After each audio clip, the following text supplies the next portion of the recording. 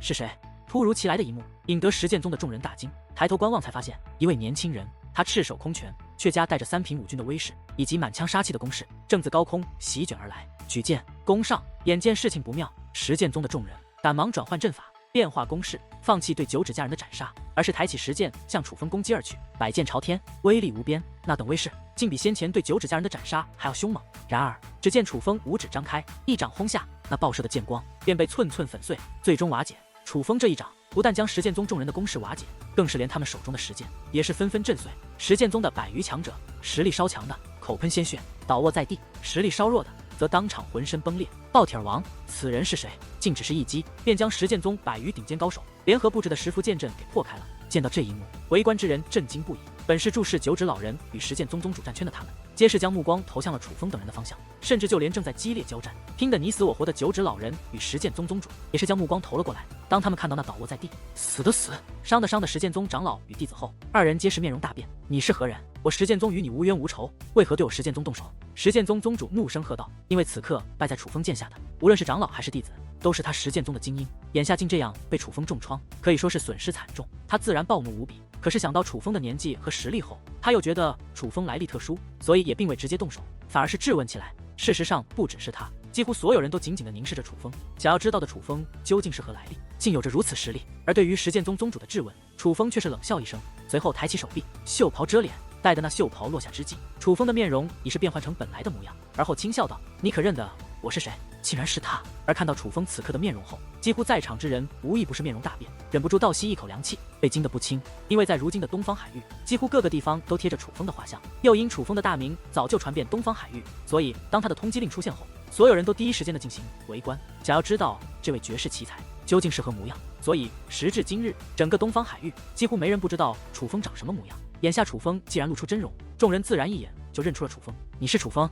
这一刻，石剑宗宗主也是眉头紧皱，眼中涌现出了一抹不安之色。因为如今在东方海域，关于楚风的传闻那可是相当的利奥的，尤其是花谷子家的一战，如今更是东方海域人尽皆知的事情。楚风不但斩杀了子家的家主，更是斩杀了诛仙群岛2名7品武军的高手。若传闻是真的，那么同为7品武军的石剑宗宗主自然是要大难临头的。他想不惧怕都难，既然知道我是谁，又何必多此一问？楚风冷然一笑，随后高声说道：“你小小石剑宗，真是胆大包天，竟敢对我残夜魔宗的人动手！你知不知道，你已经犯了灭门大罪？”听得楚风之话，石剑宗宗主的眉头紧紧皱起，眼中的不安越加浓郁。但愣了片刻之后，他却是大嘴一张，一反常态的大笑起来。自打我对九指出手的这一刻，我就很清楚，从今以后我是要与残夜魔宗的人势不两立，所以我早就料到了会有今日的局面。不过，若是今日来此的乃是残夜魔宗的前辈高人，也就罢了。可只是你一个毛都没长全的小鬼，我还真就不惧。如今外界将你传得神乎其神，可我就偏偏不信你能凭借3品武军的实力胜过那么多远在你之上的高手。6位师叔现身吧，此子就交给你们对付，让世人知道这所谓的绝世奇才其实不过不堪一击罢了。而我石剑宗就是击溃这一神话的功臣。石剑宗宗主此话一出，远处的天空便开始隆隆颤动。与此同时，6道磅礴的气息也是汹涌而来，那是6道苍老的身影，每一位都是白发苍苍，瘦到肉皮包骨，老得不成样子，不知道活了多少岁月的老头。不过别看他们年岁已大，但却有着不凡的实力。这竟是6位6品武军，并且每个人的气息都要远在子家家主之上。这是石剑宗宗主的6位太上长老，不是传闻他们为了延长寿命闭关不出吗？今日就连他们也出山了。见到这6位老者之后，围观之人惊呼不已。的确是石剑宗宗主的6位师叔，论辈分，他们的还要在石剑宗宗主之上，不过修为却略逊一筹。传闻楚风可是连7品武军都不放在眼里的，这6位老妖怪会是楚风的对手吗？然而哪怕是6位太上长老级别的高手出场，却也有人怀疑他们是否会是楚风的对手。事实上不只是旁人怀疑，此刻石剑宗宗主也是心中没底。尽管他刚才话语说的硬气，可是单从楚风刚才的出手，他便能感觉到此子战力的确极强，远非寻常3品武军可比。但是事到如今，他也不能轻易放弃。若是成功将九指老人他们斩杀，便可向诛仙群岛邀功，不但能够获得丰厚的奖赏，还可以迁移到诛仙群岛的总部，获得诛仙群岛的庇护，得到诛仙群岛的资源，说是一步登天也不为过。可若是失败，那么看今日的情形，楚风绝对不会善罢甘休，等待他石剑宗的乃是灭门大祸。反正横竖是死，倒不如拼上一拼。眼下他被九指老人缠住，无法对楚风动手，所以只得呼唤出自己的6位师叔来试探一下楚风的实力。好你个小畜生，竟敢对我石剑宗的弟子动手，看我等今日不生切了你这小畜生！眨眼之间，石剑宗的6位太上长老已是来到了楚风近前，并且分别亮出一把浮光流转的石剑，说话之间便凭借6品武军的威势向楚风刺了过来。然而面对6位太上长老的攻势，楚风却没有丝毫惧色，冷然一笑，只见其掌心一翻，那王兵银龙枪便出现在了手中。王兵一出，顿时威震八方，眼下风云变色，雷鸣四起。楚风所散发出的威势，竟大有盖过石剑宗宗主与九指老人2位七品武军的势头。这便是王兵。而见到王兵之后，几乎在场之人无一不是眼前一亮，尤其是石剑宗的宗主，眼中更是露出了贪婪之色。王兵说：“其实传说中的宝贝也不为过。东方海域真正见识过王兵之威的人少之又少，至少在场之人皆没见过。此子竟然手持这等兵器，不可大意。”布阵感受到王兵的力傲的之后，那先前丝毫不将楚风放在眼中的6位太上长老也是眉头紧皱，不敢再有一丝大意。他们手中的石剑一变，层层符咒便覆盖而出，竟然形成了一道大阵，将楚风困在了其中。在那符咒的覆盖之下，楚风此刻的威势也顿时被打压下去不少。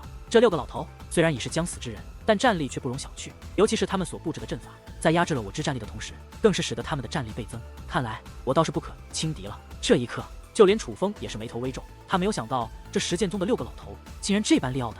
要知道，手握王兵的楚风，寻常的6品武军绝对不是他的对手，哪怕7品武军楚风也能够斗战一番。可是眼下，在这所谓石剑阵法之中，那6个老头的战力还真是不简单，哪怕楚风手握王兵，却也不敢大意。小子受死！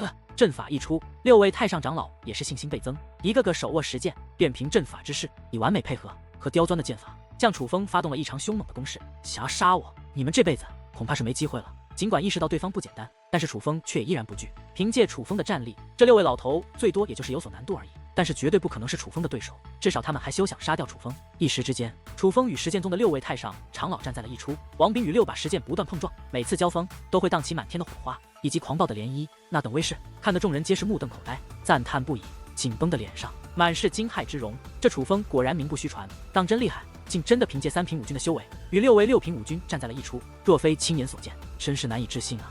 相传这楚风战力逆天，不仅掌握着传说中的秘籍，更是与修罗灵界的界灵结缔契约，如今又有王兵在手，早晚将要天下无敌。据说连7品武军都不是他的对手，依我看，这石剑宗的6个老妖怪也不会是楚风的对手。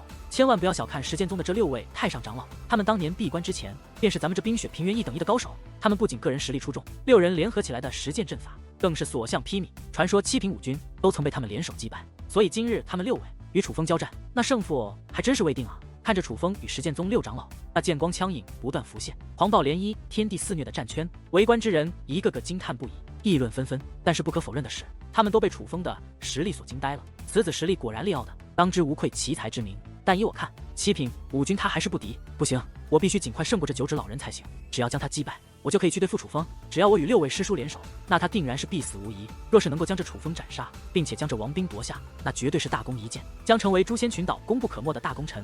此刻，石剑宗宗主尽管在与9指老人进行激烈的对决，可是却也注视着楚风等人的战圈。而想到此处，他的嘴角更是掀起一抹冷笑，随后掌心一翻，足足3颗禁药便出现在手中，随后大嘴一张，便一饮而尽，随后大笑道：“9指，你拿命来！”禁药入口，石剑宗宗主的实力瞬息暴涨，手中的石剑每挥动一下，都有斩天裂地之威。这该死的卑鄙小人，竟然服用当初我帮他夺来的禁药来对付我！见到这一幕，9指老人则是面色大变。本来与石剑宗宗主交手，2人就是胜负难分，但是当对方服用3颗禁药之后，那平手的局面便顿时发生了倾斜。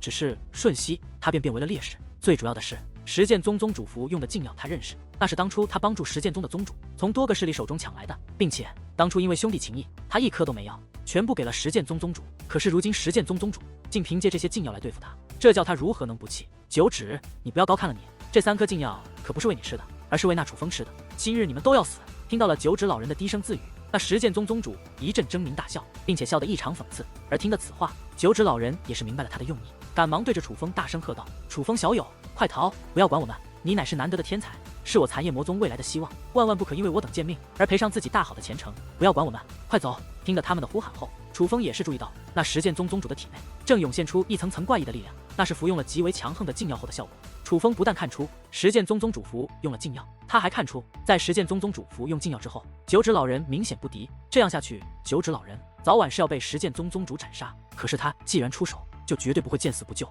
而是高声回道：“前辈放心，只要我楚风还在，就绝对不会置你们的生死于不顾。如今我楚风也是残夜魔宗的人，身为同门，我等就是一家人，理当有福同享，有难同当。这石剑宗胆大包天，竟敢与我残夜魔宗为敌，与其让我残夜魔宗的其他弟兄将他们屠灭，倒不如我等直接动手。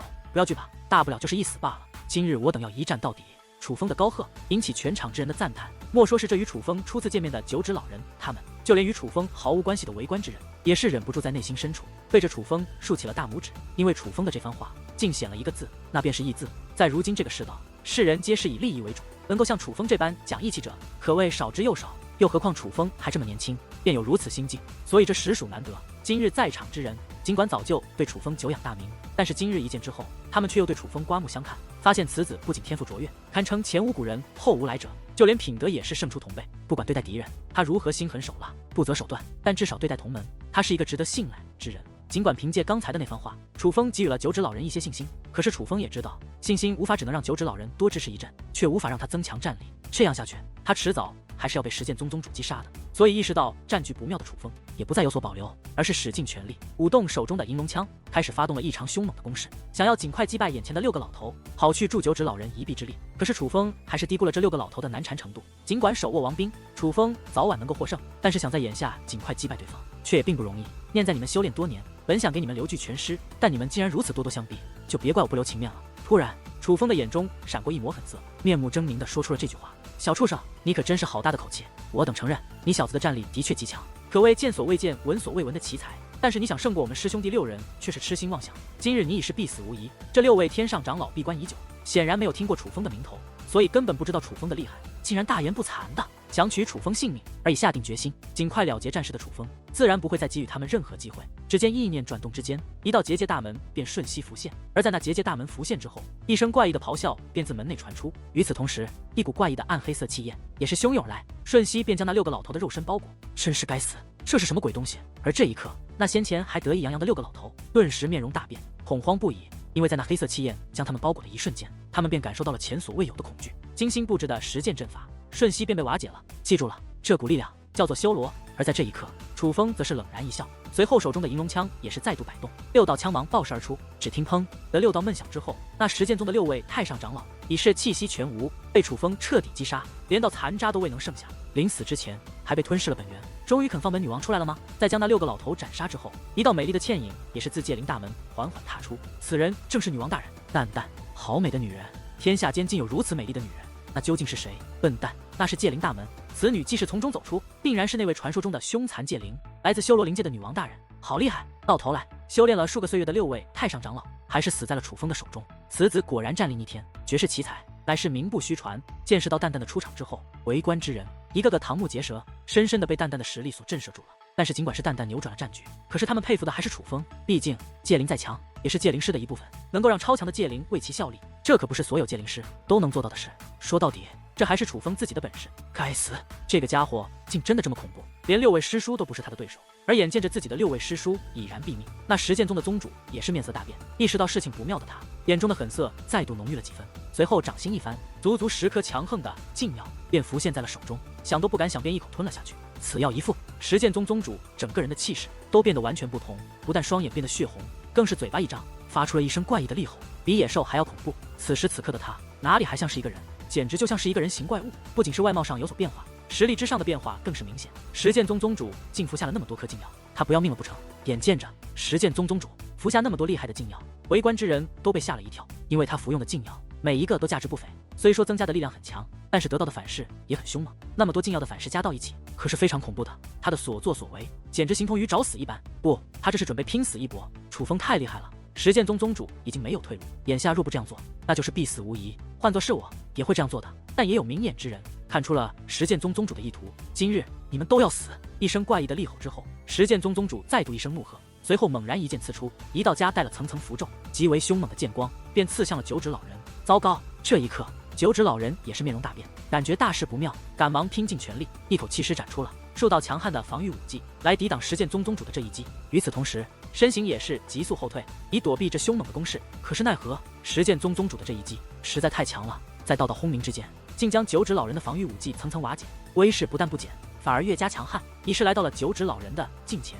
玄武遁甲术。然而，就在九指老人觉得自己必死无疑之际，楚风却突然来到了九指老人的身前，施展出了玄武遁甲术这一无上秘籍，以来抵挡实剑宗宗主这一击。与此同时，淡淡也是飞掠而至，将自己那黑色的气焰布置在楚风的面前，形成了一道黑色的屏障，横在这虚空之上。然而，他们还是低估了实剑宗宗主的这一击。只听一声轰鸣响起，就连淡淡那黑色的气焰也被奇迹散开来，并且那涟漪横扫之间，楚风以及蛋蛋还有九指老人皆被那恐怖的涟漪击退数千米，才稳住身形。而与此同时，那石剑宗宗主也是手持石剑再度攻略而来。可恶，近依仗禁药的力量击溃了本女王的手段，今日非废了你不可。自己的黑色气焰被击散，这使得蛋蛋勃然大怒，竟郊区一纵，夹带着那磅礴的黑色气焰，与那总共吞服了13颗禁药的石剑宗宗主站在了一处。天才又如何？修罗灵界的戒灵又如何？今日你们都将死在我的手中，东方海域的所有人都将记住我的大名。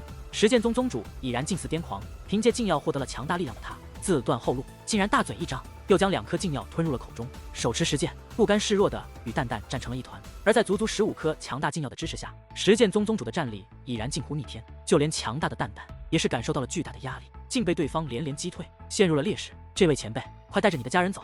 眼见事情不妙，楚风眉头微皱，果断地对九指老人说道：“不行，楚风小友，您舍身出手来解救我们，我们不能丢你不管。”九指老人摇头拒绝：“这位前辈，我有办法对付他，但是你们在此只会成为我的累赘，快走，否则我将受你们牵连。”楚风凝重的道：“那就多谢楚风小友了，此日之恩，日后我九指必然回报。”听得楚风的话后，九指老人也不再犹豫，飞身一纵，便掠向了自己的家人。大袖一卷，将自己残存的后背卷起后，便向远处的远古传送阵飞掠而去，想要逃离这个是非之地。想走，你们都要死！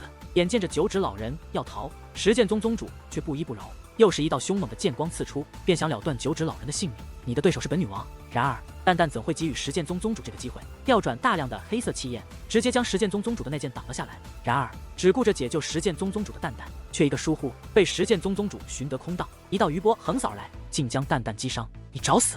本就愤怒不已，竟还被对方偷袭，这使得蛋蛋暴怒无比，层层黑色气焰如火山爆发一般，不断自体内肆意，宛如乌云一般遮盖了这片天地，又如滔天巨浪轰向石剑宗宗主。可是足足吞噬了15颗禁药的石剑宗宗主实在太强了，哪怕蛋蛋再厉害，眼下却的确不是他的对手。事实上，见到蛋蛋被偷袭，楚风也是双拳紧握，气得咬牙切齿，恨不得活活将石剑宗宗主给撕碎开来。但是尚存理智的他却知道继续苦斗并非最好的办法，于是楚风强忍下心中的怒火，对蛋蛋高声喝道：“蛋蛋，走，随我来。”话罢，楚风便身形一纵，向另外一侧逃遁而去。老杂碎，你给本女王记住了，日后我非要扒了你的皮，抽了你的筋不可。蛋蛋尽管愤怒，但却对楚风的话言听计从，娇躯一纵，便掠入了楚风已经张开的结界大门，消失不见。什么狗屁天才，什么修罗戒灵，你们也不过如此，在本宗主的面前不堪一击。眼见着蛋蛋躲入戒灵大门，而此刻楚风也脚踏青龙，玩命逃窜。那石剑宗宗主大笑连连，尽显猖狂之意，随后掌心一翻，竟又有一颗禁药出现在手中，吞服而下。而在这颗禁药服下之后，他的身体已经发生了扭曲，不仅双眼火红，就连肌肤也是变得火红，层层热气其体内不断溢出，就连道袍都被燃烧殆尽。当他将整个身躯展示而出之后，人们能够清晰地看见他的皮肤之中似是有着无数道虫子游走一般，肉身不断蠕动变化，既恐怖又瘆人。但是石剑宗宗主显然不觉得此刻的他有多丑陋，反而很是得意洋洋，就如同他已是天下无敌的王者一般，并且在其得意之余，更是指着楚风逃遁的方向大笑道：“楚风，你逃不掉了，你的王兵是我的，你那戒灵也是我的。”话罢之际，只见其身形一纵，紧随其后只听的一声巨响，他本站立的那片虚空便是一阵颤动。与此同时，那石剑宗宗主竟然已经消失不见，速度之快简直令人啧舌。可恶，他竟又吞服了一颗，到底有多少禁药？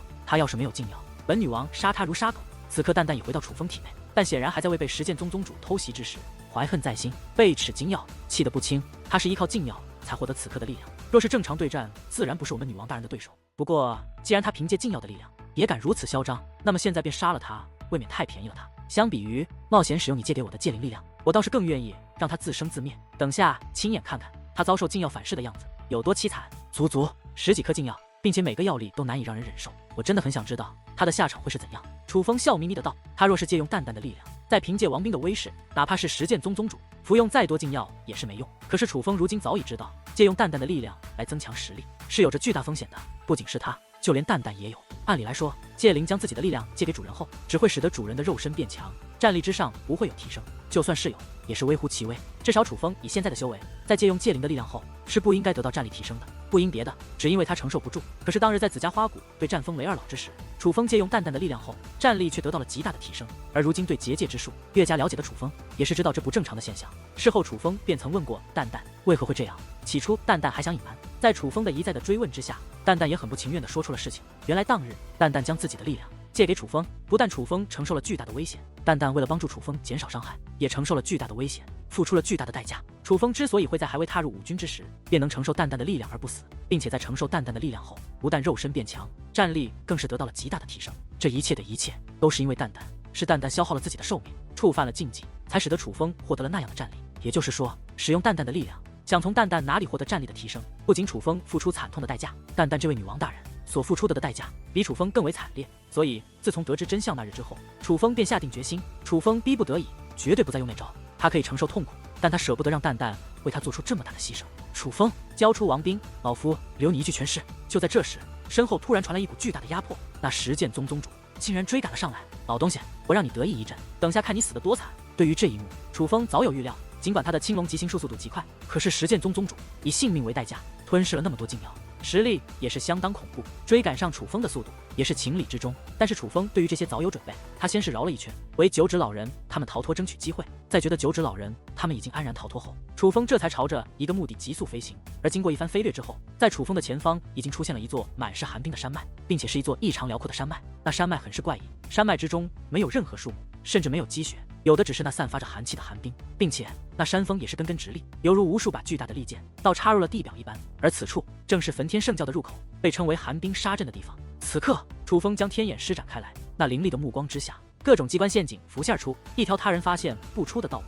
浮现在他的眼中，被其锁定。加快速度，楚风便掠入了这寒冰沙阵之内。这里便是他要葬送石剑宗宗主的地方。想要同归于尽吗？就算死，我也先要杀了你，将你碎尸万段，再玩死你那只美艳的戒灵。石剑宗宗主从小便在这冰雪平原长大，乃是见证过焚天圣教有多么鼎盛的人，他怎会不知道这寒冰沙阵为何的？这里可是冰雪平原，无人敢踏入的禁地。但是眼下不同，当他将10颗禁药一饮而尽之际，就已经做好了死去的准备。但是他不能就这么白白的死去，临死之前，他要杀了楚风，并且要以最残忍的手段杀掉楚风，否则他咽不下这口恶气。因为他蓄谋已久，精心布下了局，本来可以凭借这一招从此一步登天，可是这一切全被楚风所破坏了。他真的咽不下这口气，必须杀掉楚风才行。所以石剑宗宗主想都不想，便跟随着楚风进入了这寒冰沙阵之中。这寒冰沙阵白雾茫茫，哪怕是5军强者，在这诡异的白雾之下，也是被封锁了可视距离，并且这寒冰沙阵内蕴含着诡异的压力，是一座非常利奥德的阵法，定是数位绝世高手耗费许久精力布置而下。这寒冰沙阵地形复杂，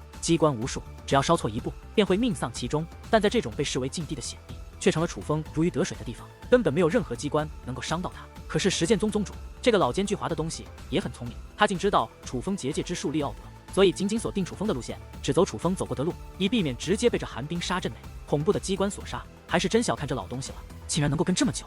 不过我倒要看看你还能坚持多久。但是哪怕如此，楚风也是丝毫不惧，而是诡异一笑，竟也不再兜圈子，而是锁定焚天圣教的入口，向入口处飞掠而去。这寒冰沙阵很是辽阔，但是对于5军境的强者来说，再大的地狱也是可以轻松跨过。因为5军的速度实在太快了，所以为了增加外人进入焚天圣教的难度，焚天圣教在这寒冰沙阵内兜了一个大圈子。可以说，想进入焚天圣教，就必须进入寒冰沙阵，并且入口只有一条，走错一步就将万劫不复。眼下楚风已经发现了寒冰沙阵的奥秘，他若想继续在这里面兜圈子，就只有一个选择，那就是直奔焚天圣教的入口，否则若是走入一个死胡同，那可就惨了。然而就在楚风已经接近焚天圣教入口之际，那石剑宗的宗主也是终于支撑不住，先是惨嚎一声，随后大嘴一张，吐出一口黑色且散发着臭气的血液。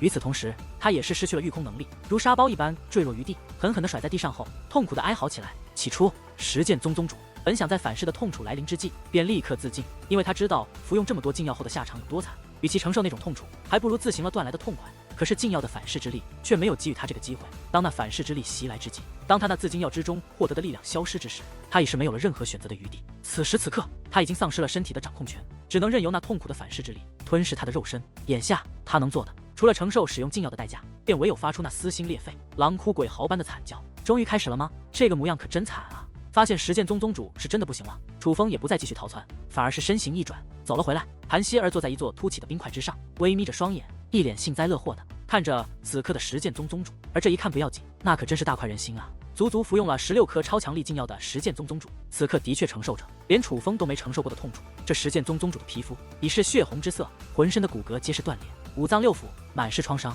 此刻的他哪里像是倒卧在寒冰之上的人，简直就像是一直在热锅里煮着的猪，惨不忍睹。为了让蛋蛋身临其境地看到石剑宗宗主此刻的悲惨模样，楚风特意将戒灵大门打开，将蛋蛋这位女王大人放了出来。真是活该，你这老杂毛，让你吃那么多禁药。而看到这一幕，蛋蛋之前的憋闷也是一扫而空。比之楚风幸灾乐祸，他更是又蹦又跳，拍手叫好，还特意走到石剑宗宗主的面前：“救我！求求你，赐我一死，赐我一死！”石剑宗宗主实在难以忍受此刻的痛楚，早就老泪纵横。见到蛋蛋之后，竟如同见到了救命稻草，很是不知廉耻的祈求蛋蛋杀了他。而向来心慈仁善的女王大人，自然不能见死不救。于是他嘴角上翘，在那绝美的脸蛋之上浮现出了一个怜悯的笑容。“你放心，我绝对不会让你那么快死去的，别害怕，我会让你活久一点的。”蛋蛋说话之间，意念一动，便使得石剑宗宗主浮空而起，紧随其后那诡异的暗黑色气焰释放而出。那暗黑色的气焰出现后，竟在蛋蛋的控制下化作了暗黑色的火焰，平铺在石剑宗宗主的身下，如同烤猪一般，对着石剑宗宗主进行熏烤。与此同时，蛋蛋那洁白的玉手微微握起，便用那黑色的气焰凝聚成了一把小巧的匕首。这把匕首很尖锐，并且很怪异，竟在鞭刃之上带着无数个小小的钩子。突然，蛋蛋将匕首猛然刺下，深深地刺入了石剑宗宗主那已经凌乱不堪的身体，精髓随后，蛋蛋猛然拔出，不仅带出了黑色的臭血，且在那匕首的钩子上竟然带下了石剑宗宗主身上的大片筋肉，这使得石剑宗的宗主再度撕心裂肺地惨嚎起来。蛋蛋哪里是在帮助他，简直就是落井下石，伤口撒盐！混账，你这妖女，你这魔鬼！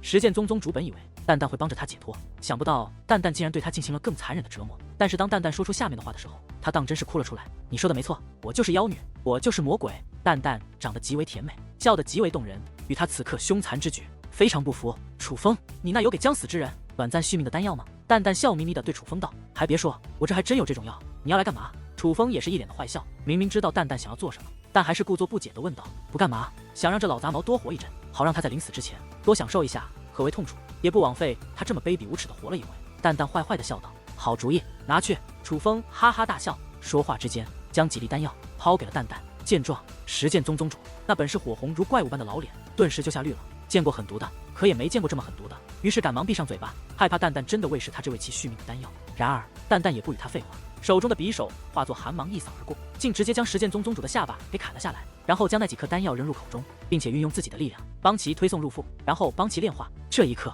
没了下巴的石剑宗宗主已经说不出话，只能老泪纵横间不断的发出狼嚎鬼叫。这一刻，他真的后悔了，后悔不该招惹楚风和蛋蛋。早知道会是现在的局面，他当时就不应该想着和楚风拼命，而是服用一颗禁药后便马上逃跑。可是没办法，世间没有后悔药，同样没有回头路。他现在能选择的，便只有承受他为自己的所作所为，付出对应的代价。真是两个残忍的小鬼。不过做事也要懂得适可而止，不如今日看在我的面子上，放他一马如何？可就在这时，突然一道异常浑厚的声音自远处传来。当这道声音响起的一刻，哪怕是这满是符咒结界的寒冰沙阵，也是一阵剧烈的摇晃，甚至在周围的寒冰之上，还浮现出了无数道细小的裂痕。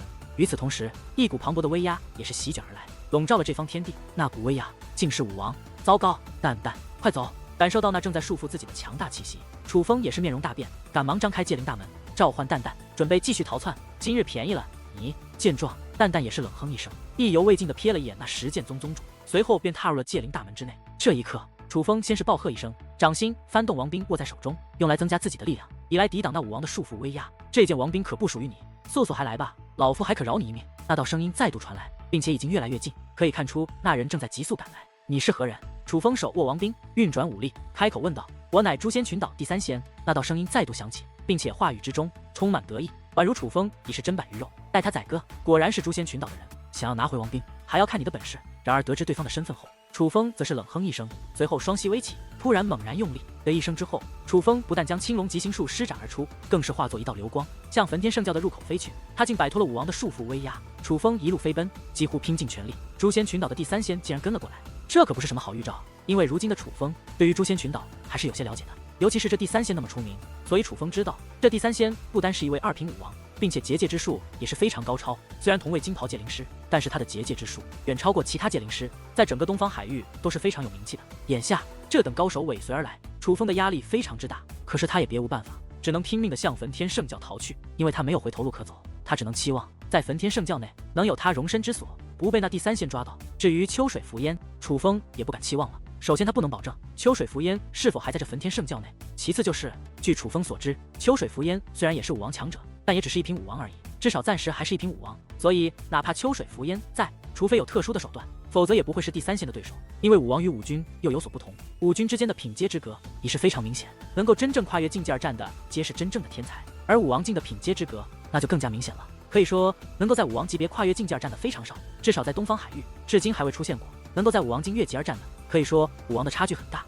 哪怕是掌握再强的手段，想要越级而战也是非常之难。所以楚风眼下能做的就是逃命，拼命的逃，必须快速甩开第三仙才行。而就在楚风逃离没有多久，一道身影突然从天而降，落在了石剑宗宗主的身旁。这位老者一头金发，他手拿一道精致的戒灵罗盘，身上还披着一个金色的戒灵长袍。不过他的戒灵长袍只是披在身上而已，所以能够看见他金色长袍内的衣服乃是诛仙群岛的服饰。此人正是诛仙群岛的第三仙，他的结界之术在整个诛仙群岛之中都是数一数二的厉害，果然不简单。虽说距离太远，我的威压也是很弱，但是也不是寻常的武军能够抵挡的。第三仙来到此处，看着楚风逃离的方向，微微一笑，却并未继续追赶楚风，反而是掌心一翻，取出几颗光芒各异、散发着不同气息的特殊丹药，汇入了石剑宗宗主的口中。紧随其后，他便盘膝而坐，意念转动之间，磅礴的金色结界之力散发而出，而在控制之下，那金色的结界便凝聚成了一座强大的阵法，将石剑宗宗主笼罩。那是疗伤的阵法，并且非常玄妙与复杂，不是寻常金袍戒灵师能够布置而出的。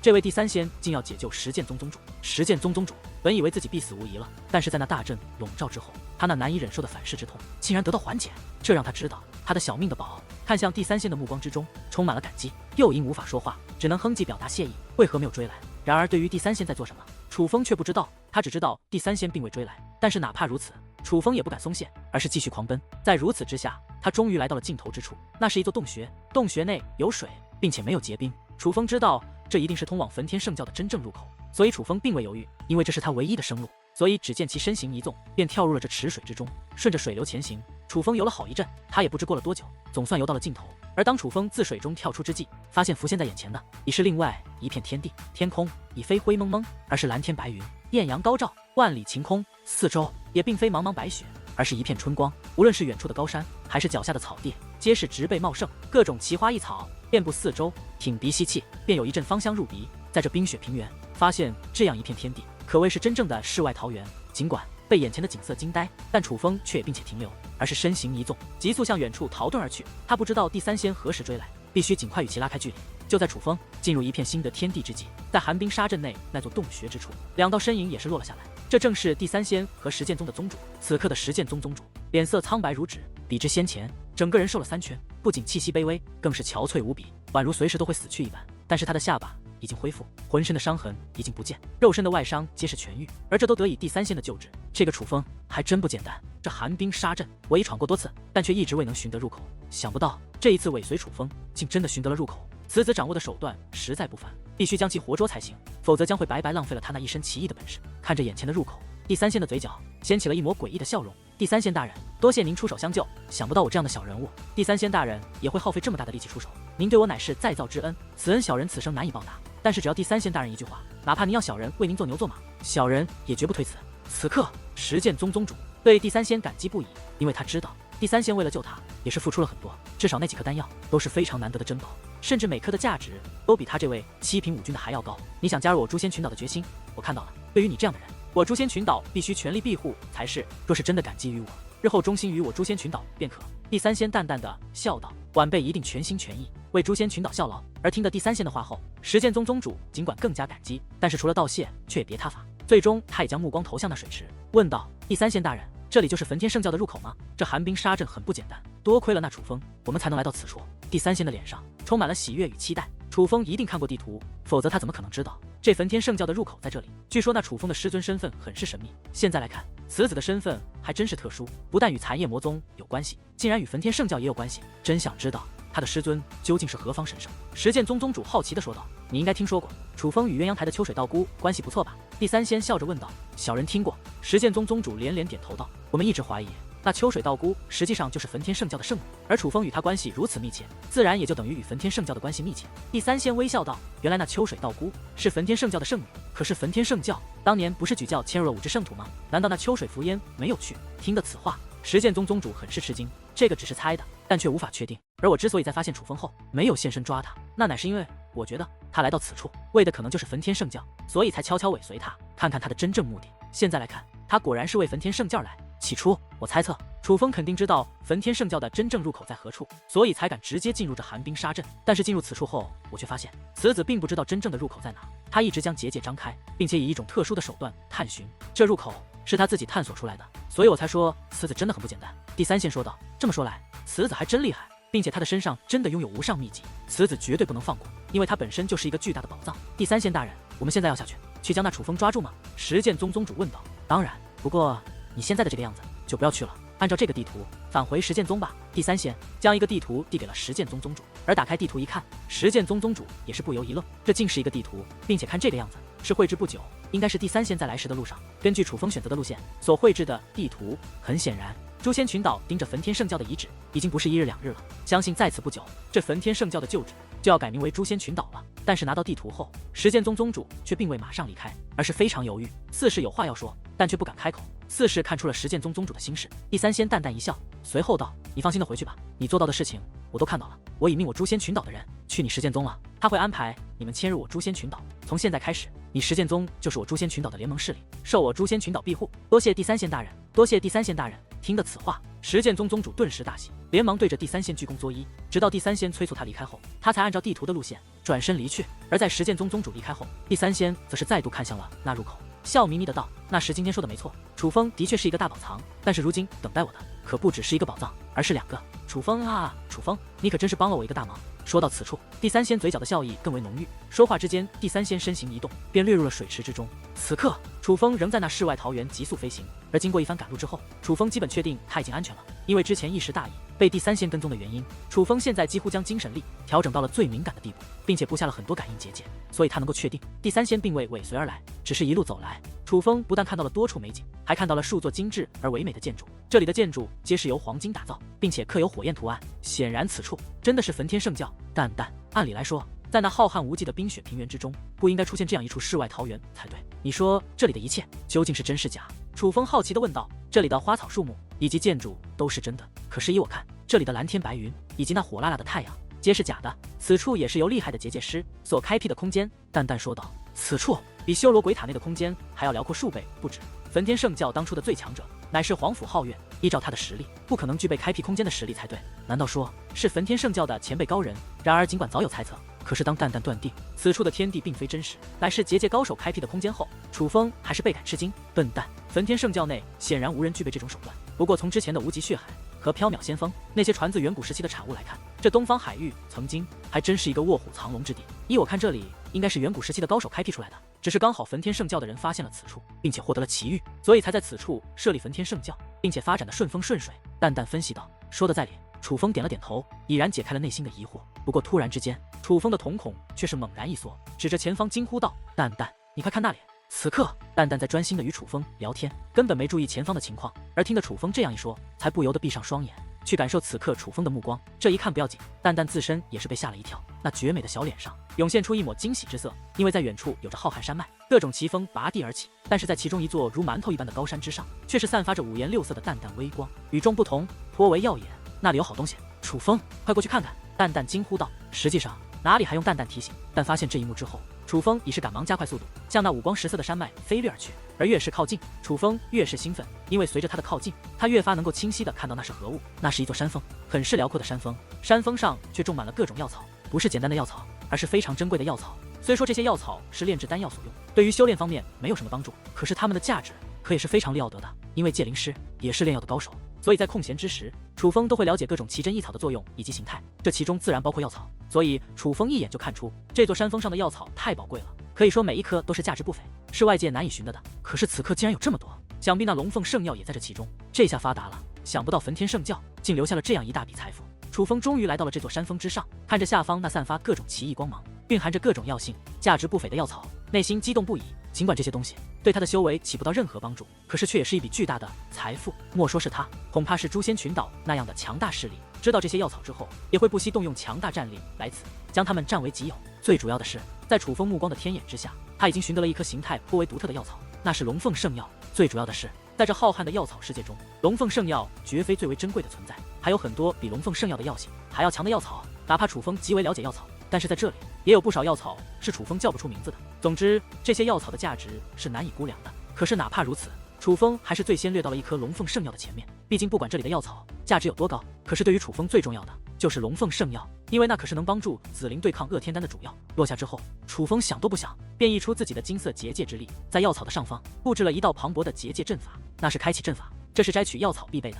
药草与修炼资源不同，修炼资源往往根据自己的强弱有着不同的战力，无论是灵药、原药、玄药、天药、武药，或是天地灵物和天地神物，它们都有着相对的灵性，自身就有着保护自己的实力。但是药草不同，它们大多数不具备灵智，也不具备强大的攻击性，至少此处的大部分药草是不具备灵智和攻击性的。可是想要摘取它们也没那么简单，必须借灵师布置开启阵法，才能将它们采摘。若是直接动手采摘，当它们离开土壤的那一刻，便会瞬间枯萎而死，那样一来就功亏一篑了。同样的，根据药草的药力不同，布置阵法的强弱也是不同。这里的药草都很不简单，这颗龙凤圣药便属于其中的一颗。幸亏楚风已经掌握金色结界之力，否则想要采摘它，还真要费上一番功夫。不过眼下却是简单的多。还突然，楚风暴喝一声，那盘踞在半空之上的磅礴阵法便化作一缕金色的流光，宛如道士而下的金龙，直接射向了颗龙凤圣药，将其彻底包裹。一时之间，大地都在隆隆颤抖，无数道金色的符咒围绕着那龙凤圣药旋转，想要将其拔地而起。在这种情况下，那龙凤圣药也想挣扎，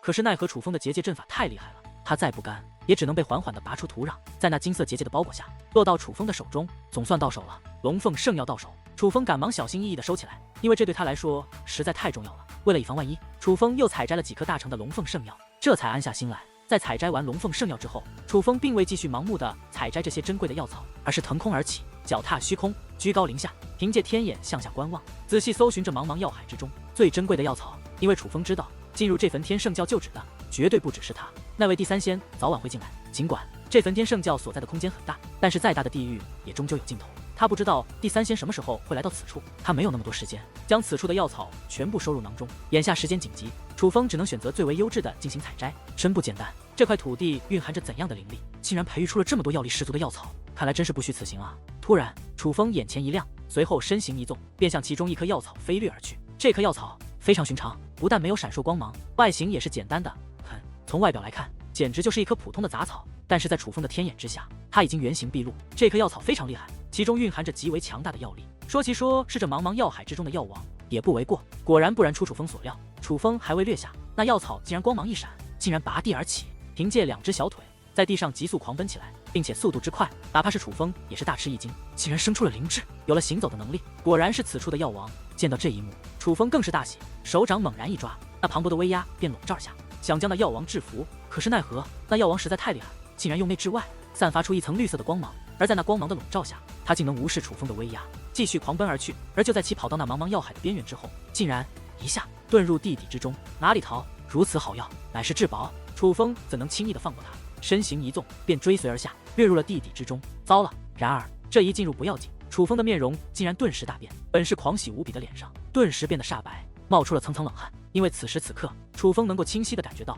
一股极为恐怖的杀意正自的底深处散发而出。这茫茫药海的土壤之内有异物，突然间的变故让楚风大为吃惊。而凭借天眼的洞穿力，楚风向地底深处观望，发现那竟是一座恐怖的沙阵。那座沙阵非常怪异，似是人为打造，却也像是自然形成。哪怕是楚风也是难以分辨，这到底是人为凝聚，而是自然成型。但不可否认的是，这沙阵之中蕴含的威力非常的恐怖，恐怖到哪怕是一品武王也是难以抵挡，攻击性极强。幸亏楚风反应及时，否则若是再多深入一些，进入那沙阵的范围，便会将这沙阵彻底激活。那个时候，以楚风如今的实力，只在眨眼之间就会被此阵抹杀。这颗奸诈的药王竟想引我入套。看穿那恐怖力量的来源后，楚风也是有些气愤。虽然那沙阵恐怖，但是只要避开激活它的范围，便不会有生命危险。但是那颗药王却可以踏入沙阵的攻击范围而不受攻击，他躲在那沙阵之中，楚风是无法将他捕捉到的。眼下这种情况，楚风还真拿他没有办法。楚风，此处怎会平白无故出现这样恐怖的沙阵，并且这样一座山峰又怎么能够培养出这么多强大的药草？你不觉得很奇怪吗？虽说药草受天地精华所滋润就可成长，但是在一片浩瀚山脉，最多能出现几棵就不错了。可是这样一个山峰之上，竟然满是药草，这已不合常理。而眼下这个底深处还出现如此恐怖的沙阵，难道这不怪异吗？淡淡提醒道：当然不合常理，容我以天眼仔细观察一番。想到此处，楚风也不犹豫，而是一跃而起，冲出地表之后，开始围绕着这座满是药草的山峰仔细地观察起来。在天眼的仔细观察之下，越是推敲分析，楚风越是吃惊不已，就连眼中的疑惑也是转化为喜悦之色，并且越来越浓，最后更是狂喜不已。哪怕在其脸上，也是涌现出那种难以抑制的激动与兴奋之容。因为楚风发现此地果然不简单，竟是一处奇的。在这山峰某处，定然蕴藏着一个天地异物。那沙阵不是简单的阵法，而是一座守护阵眼。只要破开这道阵眼，便可寻得入口，寻得那天地异物。本来以为能够寻得这些草药，就已是不虚此行，却无论如何也想不到会有这样的发现。在这开辟的空间内，竟然也会孕育出一个天地异物，并且至少孕育了几千年。这一刻，楚风别提多高兴了。天地奇物分为多种，最为常见的便是天地异物和天地灵物。天地灵物具有灵智，在成型之后有行动能力，甚至可以幻化成人形，以人类的身份在这个世界修炼。又因他们由天地孕育而成，所以寿命非常之久。只要能够大成，那日后的成就可是难以估量的。当初在狼牙山寻得的冰晶凤凰，便是天地灵物，只是那冰晶凤凰孕育的时间不是很久，还未大成，不过是雏形罢了，还无法离开孕育之地，所以对付它也很是容易。而天地异物往往没有灵智，也不可能修成人形，他们只会守在孕育他们的地方，一直孕育下去，只能待有缘人来将他们驱走。可以说，天地灵物是天地孕育的孩子，但是天地异物则是上天赐给修武强者的礼物。不过天地异物也绝非砧板上的鱼肉，随便谁都能将他们拿走。在他们孕育的同时，也会自然而然地形成一道守护阵眼，将他们保护起来。除非能够破开阵法，否则别想得到他们，就算看见他们都不可能。这可谓算是上天的一种考验，真的是天地异物。可是焚天圣教竟然能靠着天地异物的力量来养殖这么多药草，说明他们是早就发现了这天地异物的。这些药草需要生长，他们离开时药草还未大成，不带走倒也情有可原。可是这天地异物如此珍贵，焚天圣教为何不带走呢？确定那是天地异物后，蛋蛋却很是不解。他们自然是发现了这天地异物，因为那守护天地异物的阵眼是被认为改造过的，很显然是焚天圣教的人做的。楚风已经看出那杀阵之所以会那般怪异，那正是因为它本是自然形成，可又有人为打造过。有意思，真是想不通他们这是为什么。只不过既是天地异物，并且孕育了这么久，那么对你的修为肯定有帮助，说不定可以一举突破到5军境。但是不破开那杀阵，你是无法找到天地异物的。蛋蛋撇了撇嘴，感到很是惋惜。其实我倒是有一计，也许能够让我得到这件天地异物。楚风笑眯眯的道：何计？蛋蛋焦急的问道。尽管此处种植了大量药草，是个正常人都能想到，这片土地很不简单，但从事只凭借戒灵师的普通手段的话，却很难发现异常。至于那座守护阵眼，从表面看上去就像是一个厉害的杀阵，很难分辨出那是天地异物的守护阵眼，并且因为焚天圣教改造过此处的原因，哪怕那守护阵眼被破开，常人也无法寻得那藏匿天地异物的地点。但是我有天眼在，大概已经寻得了天地异物的藏匿处，只是守护阵眼没有被破开，我进不去罢了。而我相信那个能破开此处守护阵眼的人已经进入了此处，我可以利用他来破开这阵眼，从而得到天地异物。楚风解释道：你是说要利用那第三仙？蛋蛋问道。